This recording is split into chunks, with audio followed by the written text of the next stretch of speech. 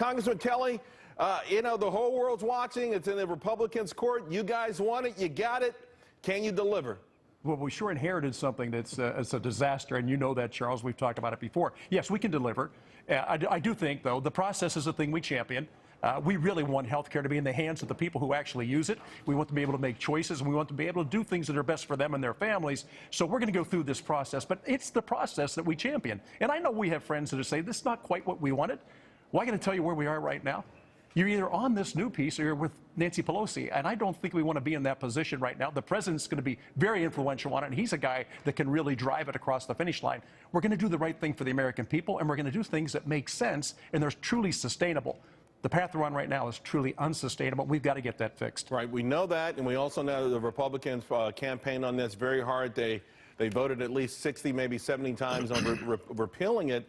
But Representative Babin, are some Republicans going to have to ultimately accept a bill that goes against their own political orthodoxy, that may or may not meet what they promised their own constituents? Well, you know, Charles, good to be with you. This is a work in progress. You know, we had conversations with OMB Director Mick Mulvaney last night, and he told us this is a work in progress. So, you know, we're looking forward to seeing the finished product here that is going to be amended. I've talked to a lot of my friends and colleagues who serve on Energy and Commerce and also on Ways and Means. There are amendments being offered as we speak. So I'm looking forward. I'm optimistic.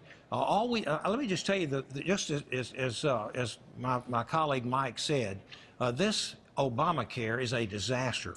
I'm a healthcare professional. I campaigned on this 3 years ago. It's a disaster. It's in a death spiral. We know that. It's costing people their coverage. Their premiums are so high. They can't use their policies that they do have.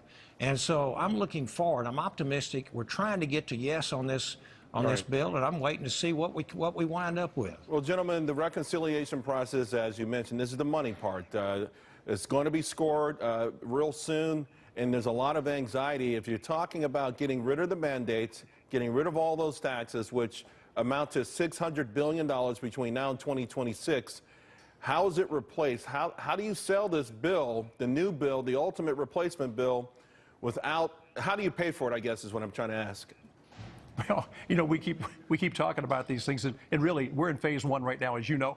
Phase two, and I think Jerry just explained these things very clearly. Dr. Price did too. And then we get into phase three, where we do some of the real good things about being able to go across state lines, all those other things that you can do and you can touch. But as you know, Charles, the Senate rules are so different for us. There are certain things we can do, and we're doing those things today when it comes to the tax end of it, because that's what Ways and Means handle. When you get over to Energy and Commerce, they've got other jurisdictions. But at the end of the day, the current process we're in right now it can't be paid for, and we know that. We know it's so far off the mark of what was sold to us early on. So we're looking at it, we're saying, is it truly sustainable? Is it something that you can ever actually bank on? And I got to tell you, as a private sector guy, we're just going through that right now.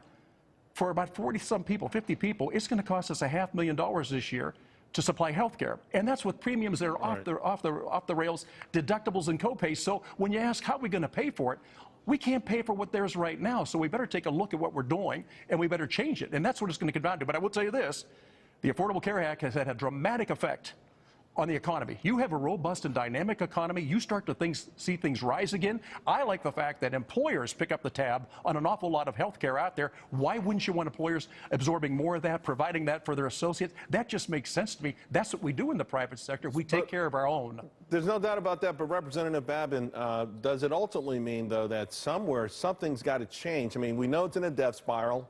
We know it's expensive. We know it's hurt the economy, but it's going to get back to the process that we keep talking about. And somewhere along the line, the numbers have to add up. How does that happen?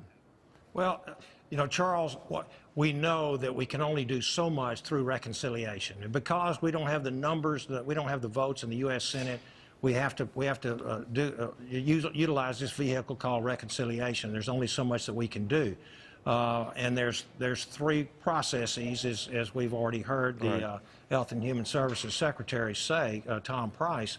So as far what I'm interested in doing is not having a government-controlled healthcare industry, and I don't want a new Right. huge entitlement program with high taxes that the government is telling folks what to do, which is exactly what the Obamacare has been doing to us for 7 long years. Gentlemen, I think you're absolutely right. I think, and everyone agrees. Government, the less fingerprints of the government on this, the better. Get rid of the mandate. That's extraordinarily popular. And you know, there's an SOS. The country is looking at you guys to get it done.